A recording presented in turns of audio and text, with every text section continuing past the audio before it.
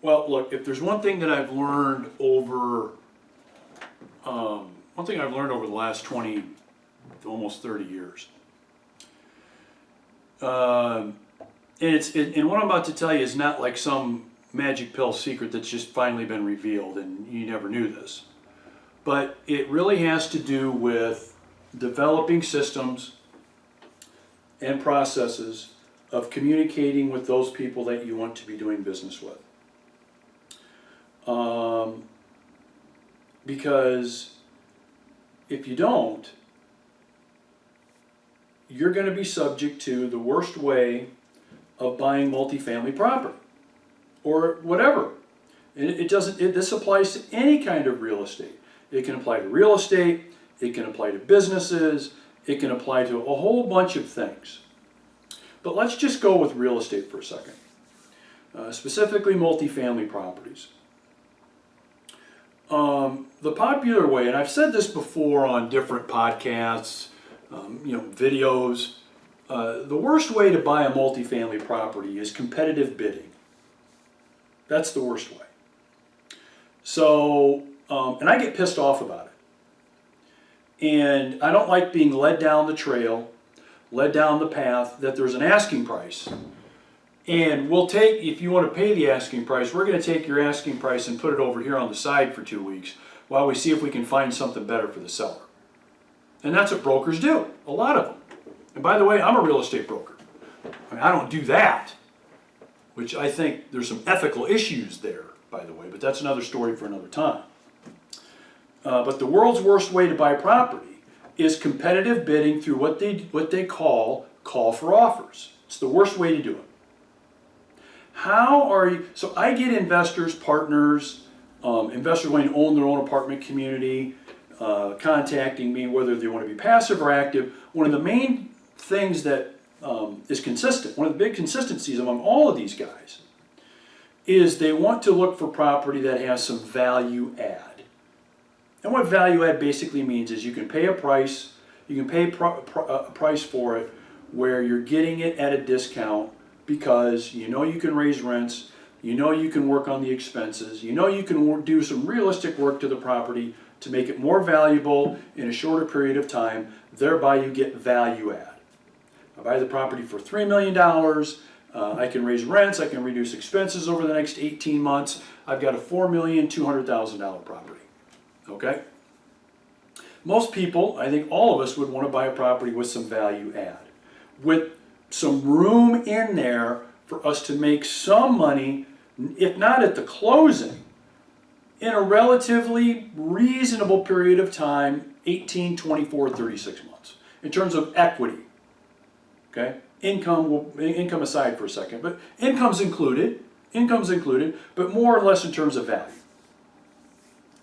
Well, the world's worst way to do this is to do the competitive offership. That's the world's worst way.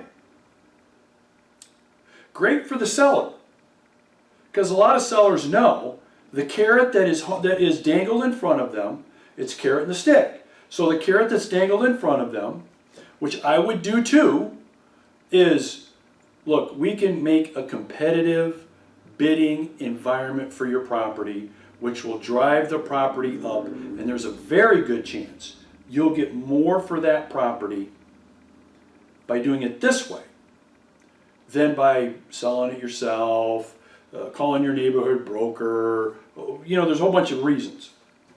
And so if you're holding the carrot in front of the owner where they can make tens, hundreds of thousands, maybe millions of dollars more through this competitive bidding process, why in the hell wouldn't they do it?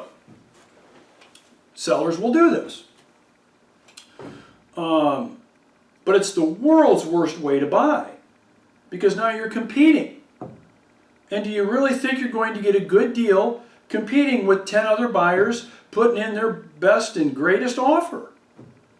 You're not. You're not. So 2 weeks ago, actually 3 weeks ago, I had a broker contact me, and it was because the owner of these properties that I had communicated with for years, basically saying, hey, when you're ready, call me, I want to buy them. Okay? He died. So who did I not communicate with for years?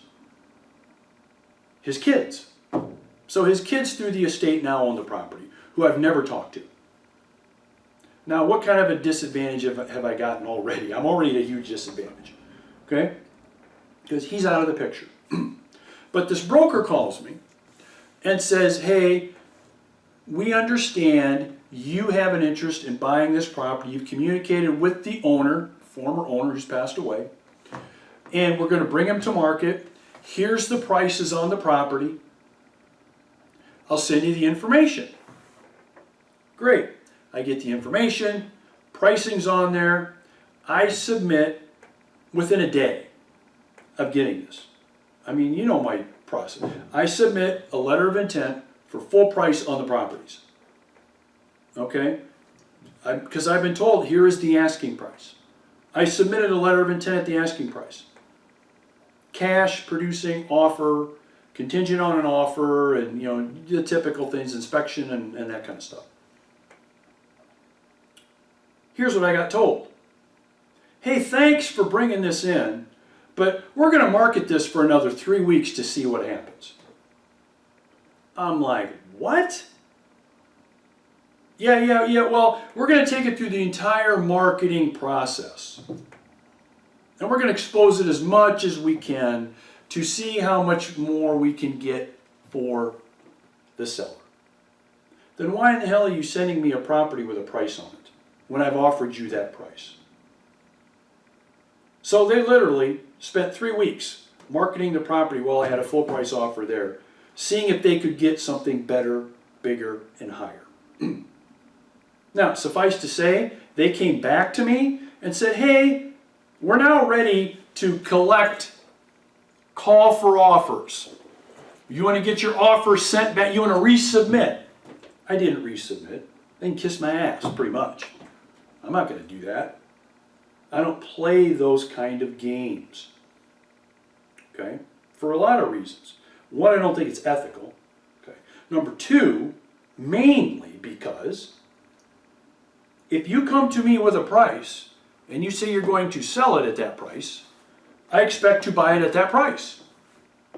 I don't expect you to take in my letter of intent or purchase agreement, put it over on the side, see whatever else you can do over here, shop my offer around, find something better, and if that doesn't work out, you come back to me. That's the environment that we're in. Now, you may agree with me, you may disagree. I think it's terrible for folks like us looking to expand and buy more apartment communities or other real estate. And so, I'm not going to pursue that. Because I already know the price point's going to be much, much higher. Right? Am I going to get a good deal out of that? No, I'm not. I'm not. I already know it. So the best way that you can, the best way to avoid that, because you know you talk to me about missing out on what, 3 properties that you submitted offers on, but somebody submitted higher offers than you. This is why. Again, great for sellers. I don't blame them. Big carrot on the stick in front of them. But for guys like us, for investors like, you know, those folks on video,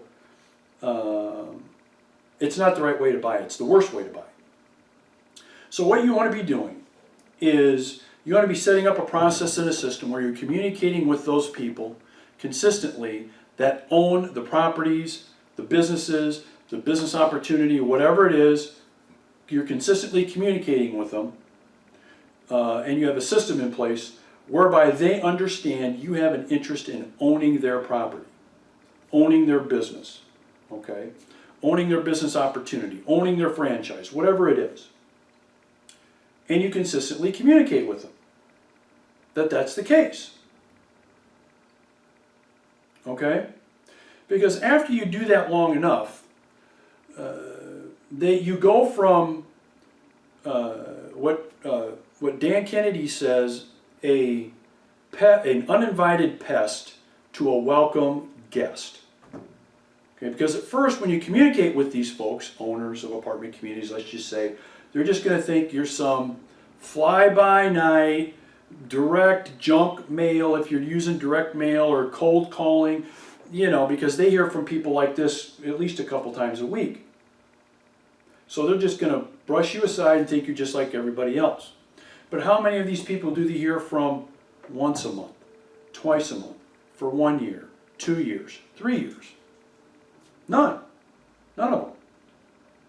So over that period of time, you become an unwelcome pest and you become an invited guest. So guess what happens when you become the invited guest? Well, when the time comes for them to sell, the chances of them contacting you before they do anything are increased 1,000%. 1,000%.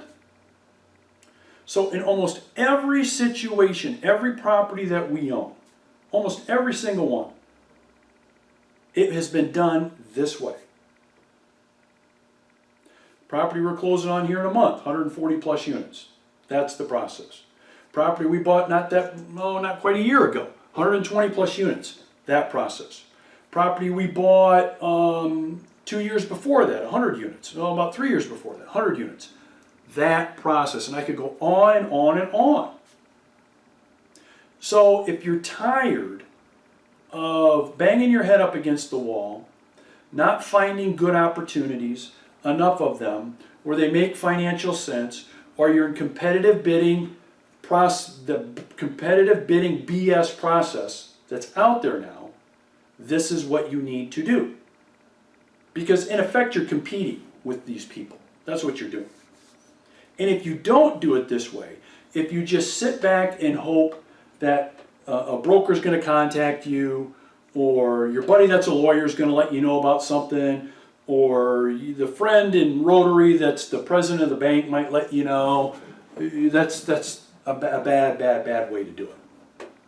Okay? That's more than you wanted to know.